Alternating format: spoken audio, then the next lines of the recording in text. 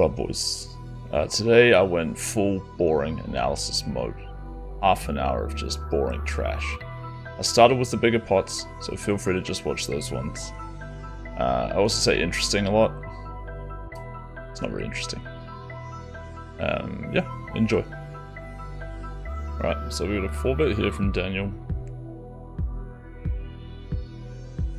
And what will be a call from Doug with the ace-jack offsuit. A check and a range bet is what Daniel's working with for his 20% sizing. Facing this, Doug's yeah, his range response is reasonably complicated, but ace-jack isn't hard to play. It's a pure call. He doesn't donk the turn at all. And Danny just barrels the 20% with 90% of his range. There are a couple of hands that check back, like low frequency aces and some king 10, king jack giving up. He shoves occasionally. It's not super important, but yeah, he's 20% barreling like 90% of his range, so if he did that 100% of the time, it wouldn't be too far off perfect play. So he does barrel again with his kings, which is absolutely what he wants to do every time. Doug, surprisingly, just has a pure call again. It's like, maybe it's a surprise, maybe it's not. Yeah, I'm not too surprised that he calls, but it does feel like, you know, at some point we're gonna end up in a tough spot, and maybe that's on this river. Yeah, so Danny's ripping 80% of his range, obviously kings every time for value, and should be value jamming with like any rivered 4, except jack 4 apparently. But like he should be value jamming pretty wide here is the point. It's not a very large shove, 25k into 40. And yeah, Doug actually has a pretty standard call here. I think this is worth a little pause and chat. Because this hand felt to me at the time like an exploitative call. Because Daniel doesn't value shove enough things on the river, like a rivered 4 or like any 7, pocket 8s plus. Like, I felt like he's going to find a check back with 9s, like, if I had to guess. At least sometimes. And he definitely wouldn't jam a 4. So if you know somebody doesn't have enough value hands in their range, then you could just call with a hand like this all the time. That's kind of what it feels like is going on in the match. Is Doug's able to make some bluff catches against Dnegs because he's just not going thin enough for value. Yeah, surprisingly ace-queen folding, ace-jack calling. It's not really that important. Like, I guess ace-queen is just blocking some random queen-high bluffs that he's supposed to have, whereas ace-jack unblocks them. Obviously, they're effectively the same strength of hand, since your opponent won't be bluffing with ace-queen and ace-king high on the river. But yeah, interesting one.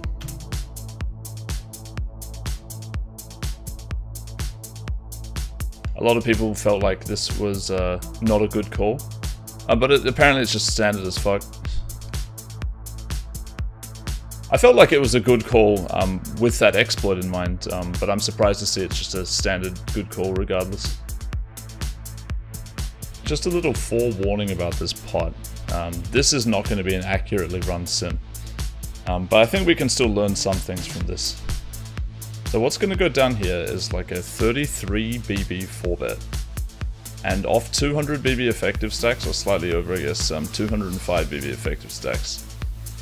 Daniel Negreanu is going to find the 74 BB 5-bet, and it sort of influences how I constructed his range. I basically decided that it just had value a lot and not many bluffs. I included a couple, just because otherwise I don't really know. It's too weird if you give him pure value. Apparently ace-king offsuit, which is what he has here, is a shove almost always, but does find this sort of click-backy sizing a bit. The thing is, like, this isn't really a click-back, this 5-bet. It's very, very large. He's putting in 30k almost of 83k stacks. In any event, he's supposed to range bet this board, and so I had to like mess with the sim a bit and give him some checks. So after I do that, now he's checking something like 30% of ace-king offsuit and ace-king suited. Actually, about half of both. Yeah, that's right. I edited that in. Yeah. Anyway, so he does find a check, and then Doug's gonna, against this check, Doug's gonna stab 44% for the 15% sizing that he ends up using. I decided to give him a 15% or a shove. He takes only the... wait, let me double check that. No, I just gave him a 15% only. Whatever. I probably should have considered more options, but... yeah, this sim is a disaster, really. It's hard to know what their ranges are in this spot. And maybe this is worth a pause while Daniel thinks about his call on the flop. Because when a guy puts in that much of his stack pre, like 74 BB off 205, do you think he's ever falling to a shove? Like, if you have aces, like usually it would just be a pure flat, which is what I input for this sim. But like, Doug might be shoving it, you know? It's very, very hard and it requires a lot of guessing to try to input what their ranges would be in a spot like this. So, I mean, just bear with it. In any event, facing this stab from Doug, yeah, it's just pure call with ace king. And Daniel does have like 22.5% donks with his range on the turn, and is donking some ace king suited. Is it the ones unblocking draws? Yeah, the ones unblocking draws are value donking. 23%. That's like a merge, I guess, anyway.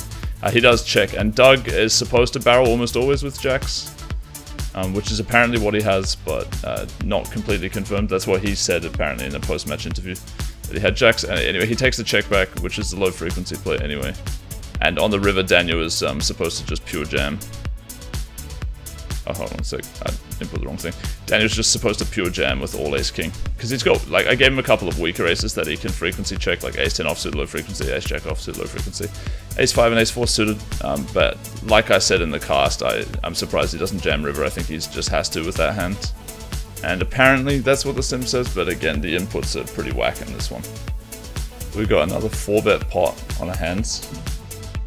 This time Dnegs is going to end up flatting ace queen suited, which is a play. Sometimes they are a bit deeper, so it's a play a little bit more frequently. So yeah, I've got him flatting about 30%. It's probably more like 40-45% off these stacks, if not 50%. In any event, he is supposed to donk lead 11% of the time on this board, but you know, I probably could have edited that out. Just keep it in for curiosity's sake. But yeah, Doug is going to go ahead and c-bet. The reaction to this versus 20% sizing, Daniel's supposed to pure value raise with ace queen. Like, it is his largest ace. He has to have you know, a reasonable percent of his range raising the flop. It works out to be about 16%. He doesn't do that. It's not a huge deal, like whatever. It's worth noting, but it's not like a, you know, it's not the most crazy mistake ever. But yeah, the real question, I guess, is what up with Doug's choice to barrel here with a queen jack offsuit, jack of spades. On the flop, yeah, he's doing it, I'm pretty sure. I just have a quick peek. These hands are not finding many checkbacks. Occasional though, like depending on the exact combo, up to 30% of the time checking back. And on the turn, after Dnegs doesn't donk, which again he's supposed to about 12% of the time, Doug does find a barrel and queen jack offsuit, barreling always with a spade, just always with a spade. The river is where the spot's going to get quite complicated. Like, Daniel's play is a no-brainer. He is actually supposed to donk some amount of value hands on the river again. This is kind of a crazy spot in terms of donking. He should have donks on all streets, including 19% on river.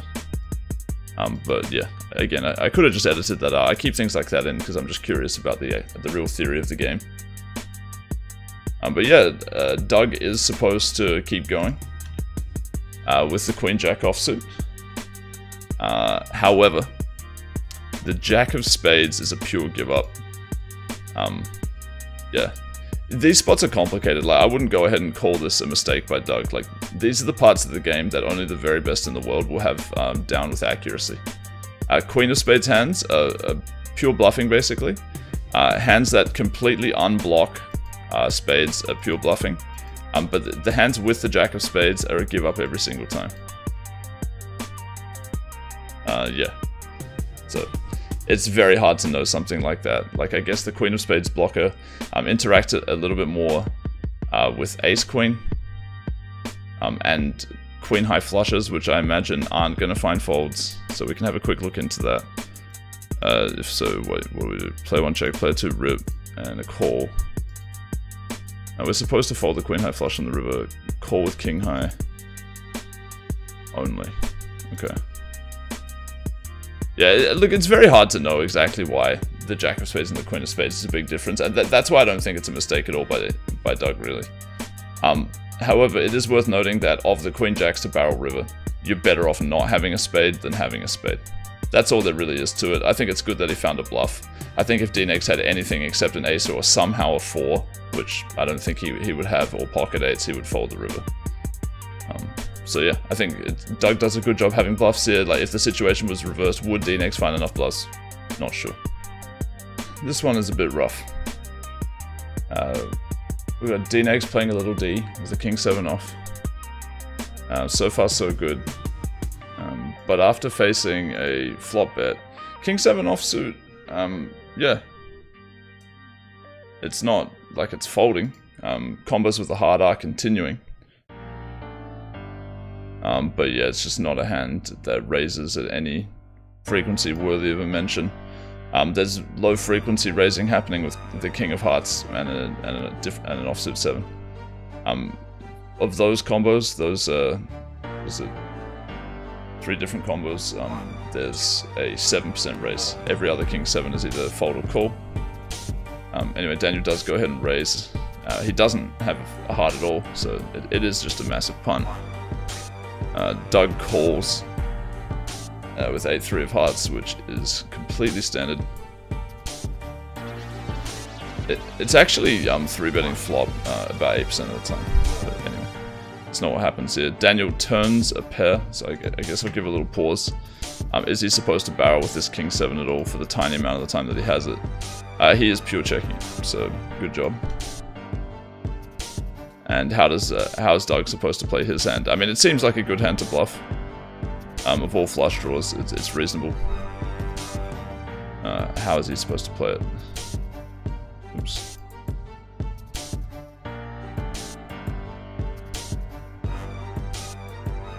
Yeah, he's betting almost every time, finding a 15% check back.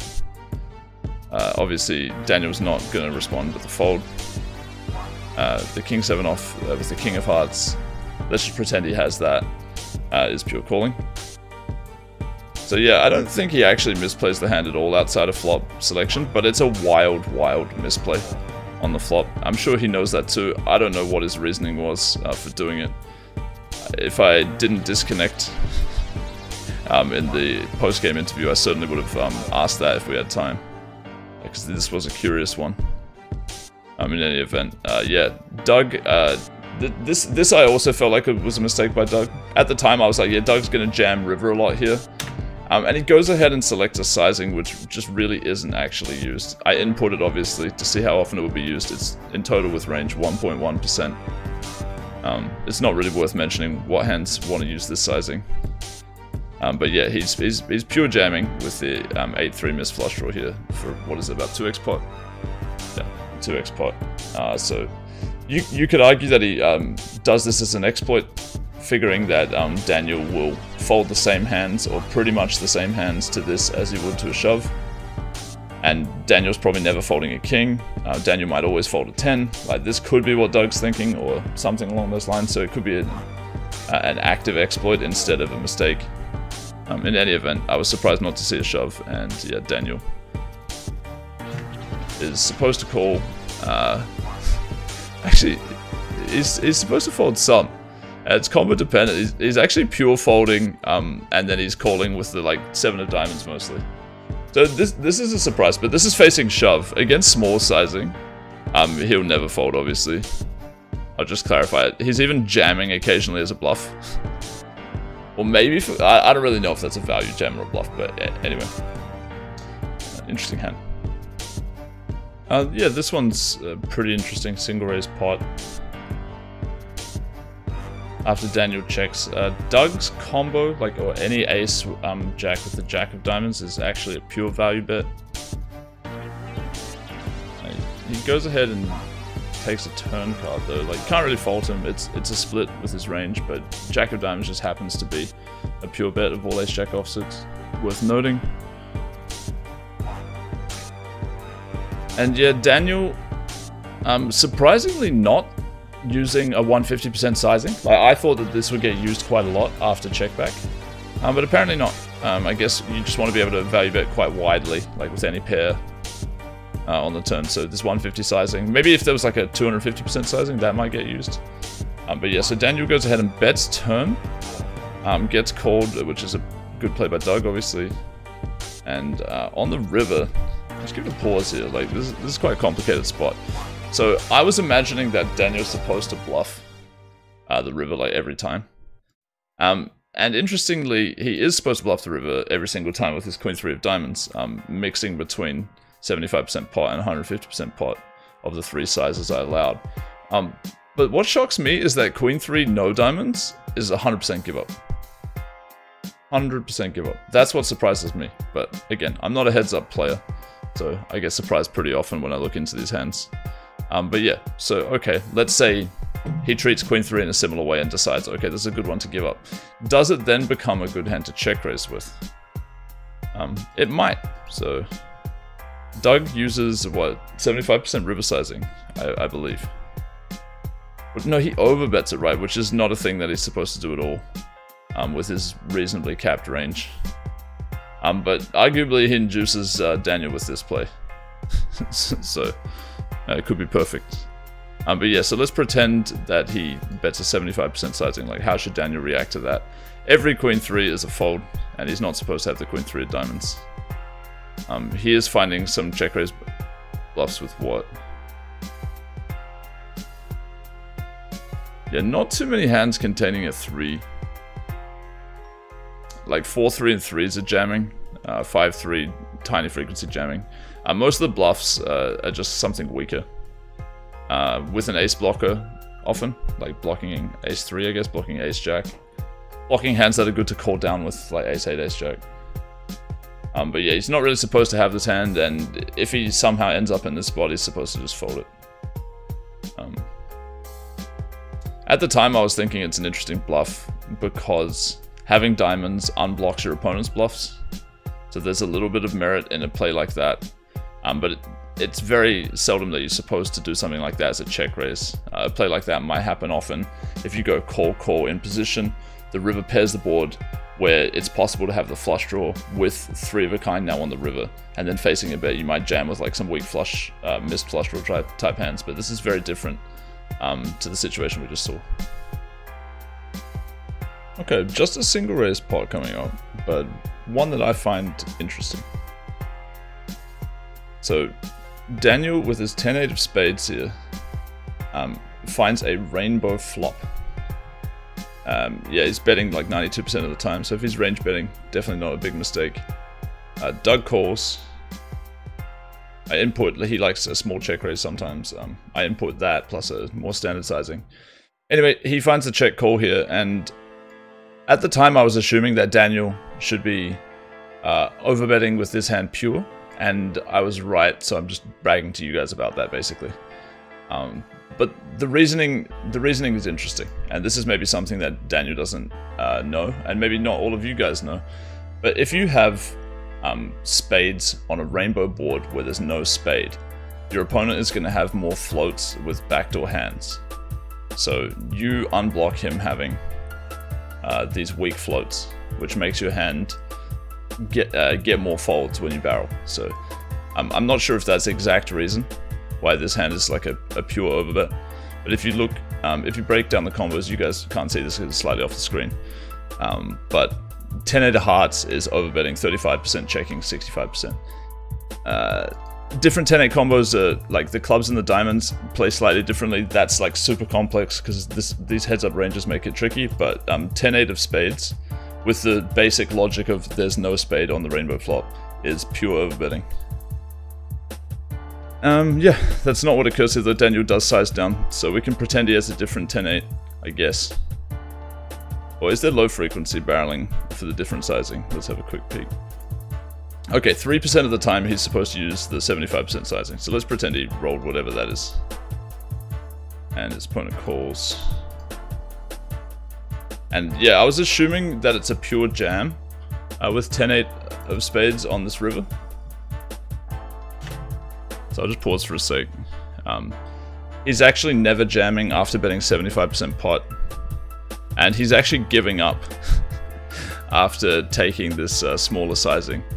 And different 10-8 combos are also just giving up this river, which is really surprising to me. But if we input the overbet instead of the 75% bet on the turn, I think we're blasting off.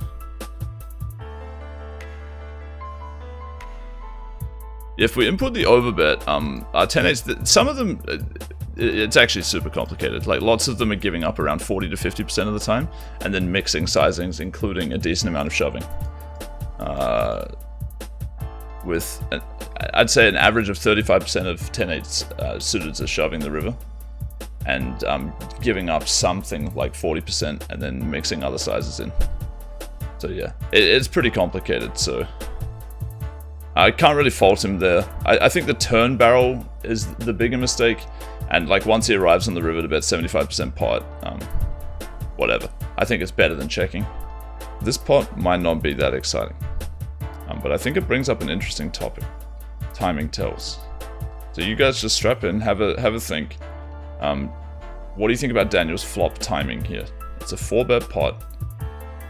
Shout out to Mayo for correcting me, thinking this was a range bet board. It's absolutely not. It's betting only 70% of the time, which is actually not much in a 4-bet pot as the c-better. But yeah, so Daniel 4-bets. This is the flop. Doug snap checks. Daniel. Takes about 3 seconds and takes a check. Maybe it's just me. Maybe I read into this too much. But yeah, I feel like it's just kind of polarizing to check a flop that quickly. Like, maybe he had pocket kings, sure. But outside of that, I think he's got a weak hand pretty often. Doug may have thought this, may have bet more hands than he was supposed to on the turn and printed a bit of EV, if that read is correct. Pure speculation. Feel free to make your own opinion on this and drop it in the comments. I feel like Daniel had a few timing tells, and this is the first pot where it made me feel like, I don't know about this. But yeah, he does end up tank folding, so obviously had some kind of decision, at least like ace, jack, ace, queen high, if not a pair. We got a 3-bet pot. Doug's c-betting a bit over 80% of the time. This is what his range looks like for that. And Danny's going to find a peel. With King Jack, he is value raising just occasionally, not very often. Raising almost all of his trips, only trapping with King 3 and pocket 3s, and value raising King Queen a reasonable amount. Doug finds a turn check, which he does about 60% of the time, with the range looking like this. And facing turn check, Daniel is supposed to large stab, yeah, pretty much always, with King Queen and King Jack. He is checking King Jack offsuit total about 30% of the time though, which is what happens here. And then after facing another check from Doug, who actually has no overbets, so like his strongest value hands are either small sizing to induce or going for check raises in this run out. But yeah, facing check, Daniel's going to find 20% sizing on river, which yeah, it's just really not a thing. 4% of his range would use it in total, and it's mainly like a 9 for value. Some kings are doing it. It is King 10 specifically at low frequency, but I wouldn't read into it. I would look at the main thing, which is that pretty much every king is just sizing large here, 75% on the river. So I'd consider this a reasonable punt. Like, not atrocious, but if you combine the low frequency turn check back with the almost never played river sizing, yeah, I'd say that this hand was a reasonable EV punt. This pot, while smaller, is probably one of my favorite little hands of the session. So Doug's going to defend pre, check and face a c-bet from Daniel's jack 6 offsuit, which, you know, is happening a reasonable enough amount of the time without a club or heart that it's totally fine. He's going to call with the ace 3, which will occasionally raise the flop. The ace 3s that raise the flop do have a heart most of the time.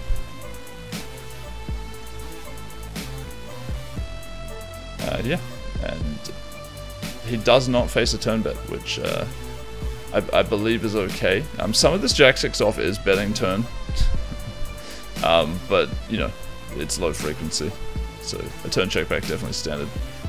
And then on river, I think like most people sort of felt that this was an unnecessary bluff from Daniel here with Jack-6 with no heart. He doesn't have a club, which is a slight credit, but yeah, with no heart, it's just a pure punt. A bad river bluff for sure. And the interesting thing is, like, I felt like this is a nice exploitative call down from Doug, and I think he makes it quite quickly as well. Let's have a look at how long it takes him to find this call. Not too long, maybe 4 seconds or so. But the thing that surprised me about this hand is, not only was it like a fine call because Daniel might not value bet widely enough for this particular type of line, but it's actually just a pure call anyway. Yeah. It's a call every single time with ace-3 with a heart. And there's one combo, the club, the ace of clubs plus the 3 of hearts is actually raising like 80% of the time. But in any event, these combos never fold. So for him to continue with a hand like this pretty quickly, yeah, it shows some decent knowledge. And Daniel, honestly, it's quite a bad bluff.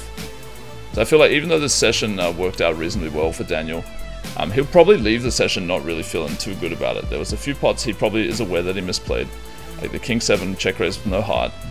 This hand here, the Jack-6. He also lost a pot towards the end where he could have won another stack.